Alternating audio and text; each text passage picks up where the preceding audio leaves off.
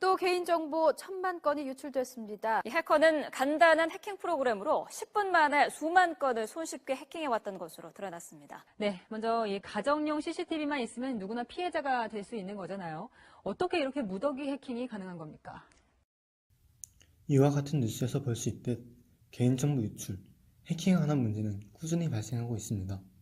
이런 문제점은 정보통신 기술이 생활에서 연결을 당담해가는 현대사회에서는 더 큰 피해를 줄 수 있는 문제입니다. 그렇다면 해킹과 같은 문제는 어떻게 해결해야 할까요? 이번 영상에서는 해킹의 우려를 원천 차단할 수 있다는 4세대 암호화 기술인 양자암호통신에 대해 알아보고자 합니다. 양자통신에 대해 알아보기 전 기존 통신 원리에 대해 간략히 알아보고 이것이 문제가 되는 이유를 살펴보겠습니다. 현재 가장 널리 쓰이고 있는 암호통신은 RSA 암호화 방식을 사용합니다. 공개키 암호화 방식으로 불리는 이 방법의 핵심적인 원리는 공개키와 비밀키가 구분되어 있다는 것입니다. RSA 암호화 기술에서는 두 소수의 곱으로 이루어진 수를 이용해 통신 내용을 암호화시킵니다. 여기에서 두 소수의 곱으로 나눈 숫자를 공개키라고 합니다. 공개키는 그 이름처럼 누구에게나 공개된 키이기 때문에 누구나 이 공개키를 이용해 정보를 암호화할 수 있습니다. 하지만 암호화된 정보를 읽기 위해서는 비밀키가 필요합니다. 비밀키는 공개키를 만든 그 두 소수로 이 비밀키는 오직 정보를 받는 사람에게만 보관됩니다. 간단하게 이해하기 위해 공개키를 자물쇠, 비밀키를 그 자물쇠를 열 수 있는 열쇠라고 생각해 봅시다. 정보를 받을 A는 아직 잠기지 않은 자물쇠를 모두에게 공개합니다. 그럼 정보를 보내는 B는 A가 제공한 자물쇠를 받아 정보를 잠근 후 A에게 보냅니다. 잠긴 정보는 그 자물쇠를 열 수 있는 열쇠를 가진 A만이 확인할 수 있습니다. 하지만 RSA 암호화 방식에도 단점은 있습니다. 공개키가 누구에게나 공개되기 때문에 역계산을 통해 비밀키가 되는 두 개의 소수를 알아낼 수 있다는 점과 암호화된 문서의 복제가 가능하다는 점입니다. 보통 이 암호화 방식에는 매우 큰 두 자리 소수의 곱으로 공개키를 만들기 때문에 계산 시간이 엄청나게 오래 걸려 현재로서는 역산으로 인한 해킹은 불가능에 가깝습니다. 그렇지만 컴퓨터의 연산 능력이 점차 발전하고 현재 개발 중인 양자 컴퓨터의 상용화가 현실화된다면 그 계산에 이르는 시간은 비약적으로 단축될 것이라 예상되기 때문에 해킹의 위험성도 점차 커지고 있습니다. 기존의 광통신 방법은 이진수를 바탕으로 합니다. 따라서 빛이 있는 것을 1, 없는 것을 0으로 보고 많은 수의 광자를 필요로 합니다. 양자암호 통신에서도 이러한 방식으로 데이터 통신을 합니다.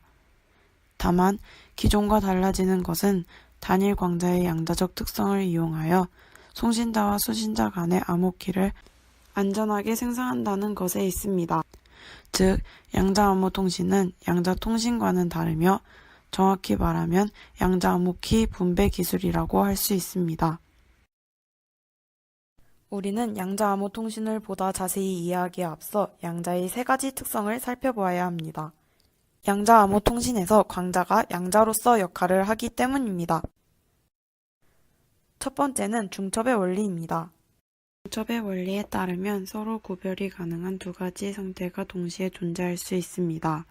슈레딩거 고양이를 통해 다시 복습해 봅시다. 고양이를 반감기가 1시간인 방사성 물질과 함께 상자 속에 넣는다고 가정해 봅시다. 만약 방사성 물질이 붕괴하면 고양이는 죽지만 붕괴하지 않으면 고양이는 살게 됩니다.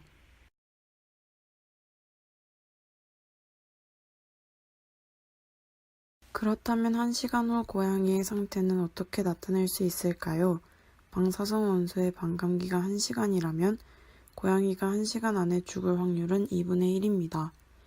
물론 살아있을 확률도 2분의 1입니다. 상자를 열어 관측하기 전까지는 1시간 후에 고양이가 살아있는지 죽어있는지는 알 수 없습니다. 다만 고양이의 상태는 살아있는 것을 나타내는 확률파와 죽은 상태를 나타내는 확률파의 중첩으로 나타낼 수 있을 뿐입니다. 다시 말해 2분의 1은 살아있고 2분의 1은 죽은 상태로 기술할 수밖에 없습니다.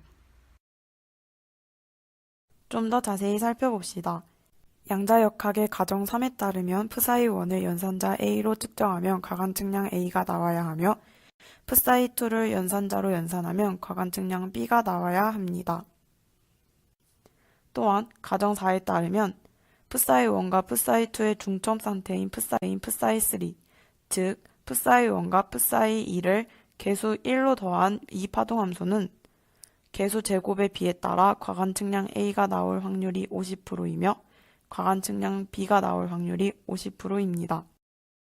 따라서 psi1을 살아있는 고양이 상태를 나타내는 파동함수, psi2를 죽어있는 고양이 상태를 나타내는 파동함수라고 하면 고양이가 반은 죽었고 반은 살아있는 상태에 있을 수 있다는 것을 알 수 있습니다. 두 번째는 불확정성의 원리입니다. 양자 세계에서는 원리적으로 동시에 두 가지 성질을 측정하는 것이 불가능합니다. 박스를 열어 슈레딩거 고양이를 관측하는 상황을 생각해 봅시다. 슈레딩거 고양이는 중첩의 상태에 있지만 우리가 관측을 하면 죽었거나 살아있는 두 가지 상태 중에 하나로만 알 수 있습니다. 즉, 중첩대 상태는 한 번의 측정으로는 원래의 상태를 정확히 알아낼 수 없습니다. 이는 앞서 가정 4에서 가간 측량의 평균 A가 등장하는 이유이기도 합니다.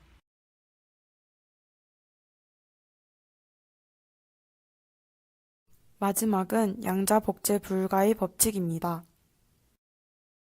이는 임의의 양자 상태는 복제가 절대 불가능하다는 법칙입니다. 그렇다면 기존의 것과 어떻게 달라지는 것일까요?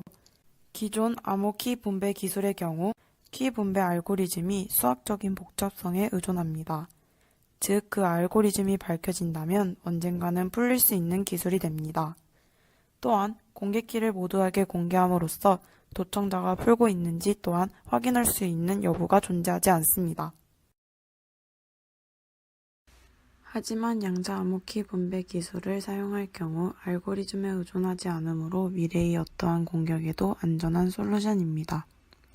양자 암호키의 경우 도청자가 그 정보를 가져갈 확률이 적으며 도청자가 가져간다 하더라도 측정 후 다시 보낸다면 이 또한 송수신자가 도청 사실을 감지할 수 있기 때문에 안전합니다. 우선 광자를 중첩된 상태로 보낸다는 것을 생각해 봅시다. 도청자는 어떻게 중첩되어 있는지 모르기 때문에 비밀키를 알 수 있는 확률이 적습니다. 또한 도청자가 광자를 복제하려 하더라도 양자 복제 불가의 법칙으로 복제가 불가능하다는 점을 다시 생각해 봅시다.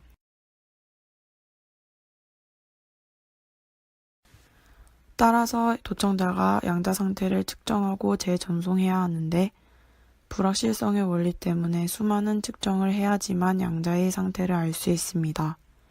따라서 수신자는 약속된 시간에 빛 알갱이가 도착하지 않는 것을 통해 도청 사실을 알 수 있으며 도청자의 측정으로 변한 양자의 상태를 확인하는 것으로도 도청 여부를 알 수 있습니다.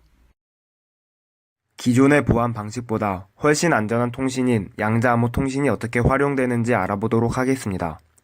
양자암호 통신은 기존 통신에서 사용되는 모든 분야와 암호를 사용하는 분야에서 활용이 가능합니다. 그중 양자암호 통신이 사용되었을 경우 가장 높은 효과를 얻을 수 있을 것이라 기대되는 4가지 분야를 소개해드리도록 하겠습니다. 4가지 분야는 금융거래, 자율주행 자동차, 국가안보, 통신입니다. 금융거래 사고는 한 건만 터져도 수천만 건의 개인정보가 유출돼 2차 피해로 이어질 수 있어 매우 치명적입니다. 따라서 금융거래는 보안이 매우 중요한데요. 만약 양자암호 통신이 금융거래에 적용될 경우 이러한 치명적인 피해를 예방할 수 있을 것이라 기대되고 있습니다. 자율주행 자동차가 만약 해킹될 경우 해커가 자동차를 조종할 수 있게 돼 인명피해를 발생시킬 수 있습니다. 따라서 자율주행 자동차 역시 보안이 아주 중요합니다. 국가안보의 경우 국가기밀사항, 과학기술 등의 유출을 막는 것이 매우 중요합니다. 따라서 양자암호 통신을 통해 국가안보를 보호할 경우 이러한 정보들이 유출되는 것을 막을 수 있을 것이라 기대됩니다. 정보통신은 인터넷을 사용하는 개인의 사생활에도 밀접한 관계를 맺고 있습니다. 실제로 지난해 국가정보원이 이탈리아 보안업체로부터 PC, 스마트폰 등 단말기를 도청, 감청하는 프로그램을 구입한 사실이 있어 논란이 생겼었는데요. 만약 양자암호로 보안을 하게 된다면 인터넷을 통해 개인의 사생활이 노출되는 것을 보호할 수 있게 됩니다. 이제 다음으로 양자암호 통신이 현재에는 어느 정도 수준으로 구현이 되고 있는지 말씀드리도록 하겠습니다. 실제 SKT와 KISTI는 다음과 같은 구간에 양자암호 시험망을 구축하였는데요. 아직까지 우리나라에서는 상용화가 되고 있지는 않지만 스위스에서는 금융망에 양자암호 통신을 사용하고 있고 중국에서는 양자암호로 정보를 전송하는 데 성공한 사례가 있습니다. 따라서 머지않은 미래에 우리나라에서도 충분히 상용화가 되어 여러 보안 관련 분야에 사용될 것으로 기대가 됩니다. 그렇다면 양자암호 통신의 한계는 무엇이 있을까요? 아직까진 기술적 한계로 인해 양자 중계기의 효율이 좋지 않아 장거리 통신이 불가능하다고 합니다. 현재 기술로는 양자암호 통신을 통해 정보를 전달할 수 있는 거리가 최대 140km밖에 되지 않는다고 합니다. 따라서 양자암호 통신을 통해 장거리의 정보를 전달할 때에는 여러 대의 양자 중계기가 필요하다고 합니다. 또한 양자암호 통신의 핵심적인 기술인 단일 광자를 생성하지 못한다면 해킹이 가능하다고 합니다. 따라서 아직까지는 양자암호를 상용하는 데는 약간의 무리가 있으며 이러한 문제점을 보완을 해야만 양자암호 통신을 상용화할 수 있을 것이라고 기대가 되고 있습니다. 지금까지 양자암호 통신에 대해 알아보았습니다. 머지않은 미래에 양자암호 통신이 상용화되어 우리의 개인정보와 기타 보안을 요구하는 분야에 적용되어 보안이 한층 더 좋아질 것으로 기대가 되고 있습니다. 이상으로 저희의 발표를 마치도록 하겠습니다.